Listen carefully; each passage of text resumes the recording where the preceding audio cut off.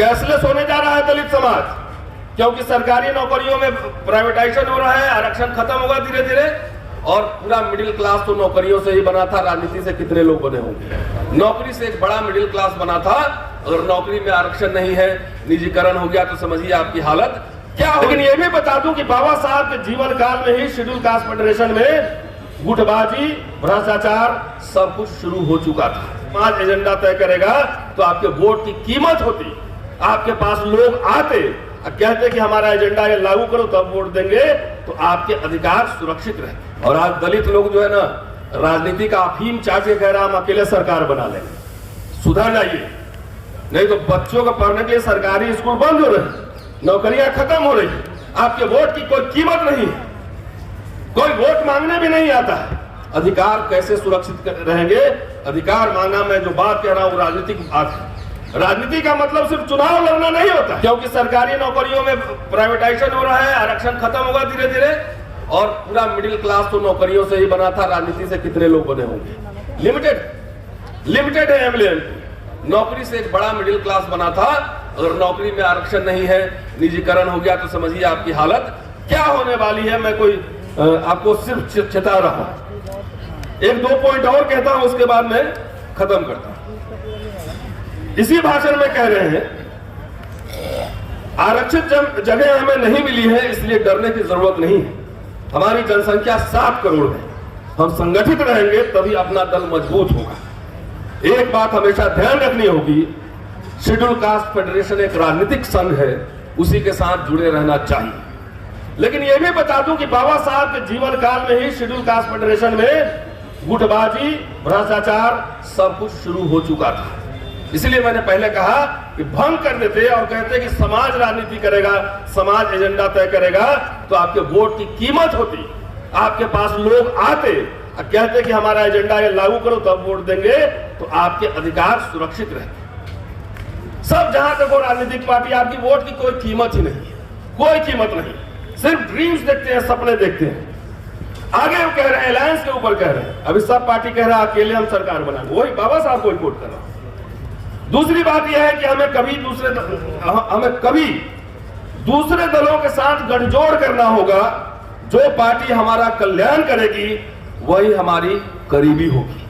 हमारे कार्यक्रमों में जिस पार्टी के कार्यक्रम ज्यादा से ज्यादा मिलेंगे, उस पार्टी से गठजोड़ करने में कोई हर्ज नहीं है, चाहे वो कांग्रेस पार्टी हो, चाहे समाजवादी पार्टी हो। देख लीजिए, हम नहीं करेंगे। और आज दलित लोग जो है ना, राजनीति का अफीम चाटे कह रहा हम अकेले सरकार बना लेंगे। सुधर जाइए, नहीं तो बच्चों को पढ़ने के लिए सरकारी स्कूल बंद हो रहे, नौकरियां खत्म हो रही, आपके वोट की कोई कीमत नहीं है, कोई वोट मांगने भी नहीं आता है। अधिकार कैसे सुरक्षित रहेंगे? अधिकार मांगना, मैं जो बात कह रहा हूं राजनीतिक बात है। राजनीति का मतलब सिर्फ चुनाव लड़ना नहीं होता है। राजनीति का मतलब होता है नए सवाल पैदा करना, नया विमर्श पैदा करना। एक लाइन और सुना के मैं छोड़ता हूं, बहुत सारे वक्ता हैं और बहुत सारी बातें हैं। शिक्षा के बारे में इसी भाषण में कह रहे हैं कि राजनीति की तरह शिक्षण संस्थान का भी महत्व होता है। किसी समाज की उन्नति उस समाज के बुद्धिमान, कुछ कर गुजरने का मादा रखने वाले और उत्साही युवकों के हाथ होती है। इसी दिशा में सोचते हुए पिछले कुछ वर्षों से मैं राजनीति की तरफ थोड़ा कम ध्यान देकर शैक्षणिक संस्थाओं की ओर ज्यादा ध्यान दे रहा। सिद्धार्थ कॉलेज खोला, मिलिंद कॉलेज खोला, पीपल्स एजुकेशन सोसाइटी बनाया। हमारे नेता तो जब तक कमर में पांव नहीं लटकता है कहते हम ही राजनीति करेंगे। अब तो उत्तराधिकार भी घोषणा हो रही है। उत्तराधिकार का मतलब सब पार्टी में, मैं किसी एक पार्टी में नहीं जा रहा। तो दलित लोग उत्तराधिकार घोषणा कर ले तो कहीं तो रहेगा। तो राजा हो गया, उत्तराधिकारी हो रहा, तो अधिकार की क्या जरूरत? हमारा काम आपको डिटॉक्स करना है।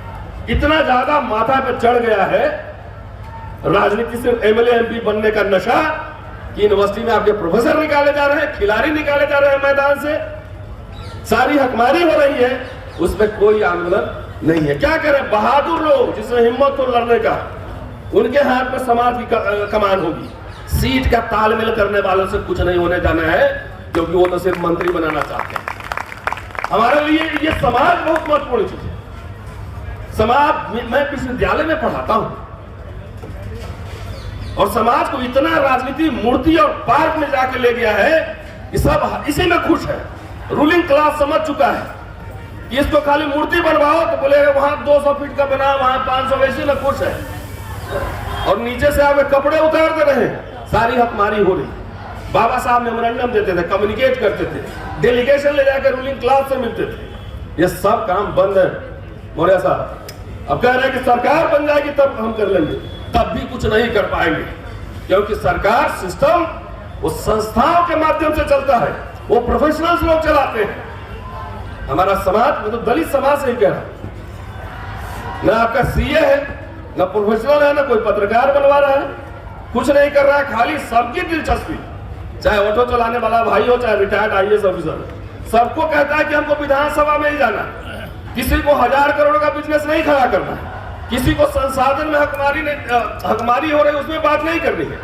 तो साथियों, मैं इसी बात के साथ में अपनी बात खत्म कर रहा हूं कि चुनाव 5 साल में एक दिन होता है। अपने वोट की कीमत पहचानो। इसी 40, 50, 60 साल में एक मिडिल क्लास बना, और 10 साल में जिस तरह से निजीकरण हो रहा है, आपको सीधा और सीधा खेत में भेज के, जब खेत जोतोगे, मजदूरी करोगे, सारी बीमारी खत्म हो जाएगी, बीपी शुगर नहीं रहेगा, उसकी तैयारी हो रही है। तो अपने राजनीतिक शत्रुओं को पहचानो। राजनीति में, समाज में समझौते करने पड़ते हैं।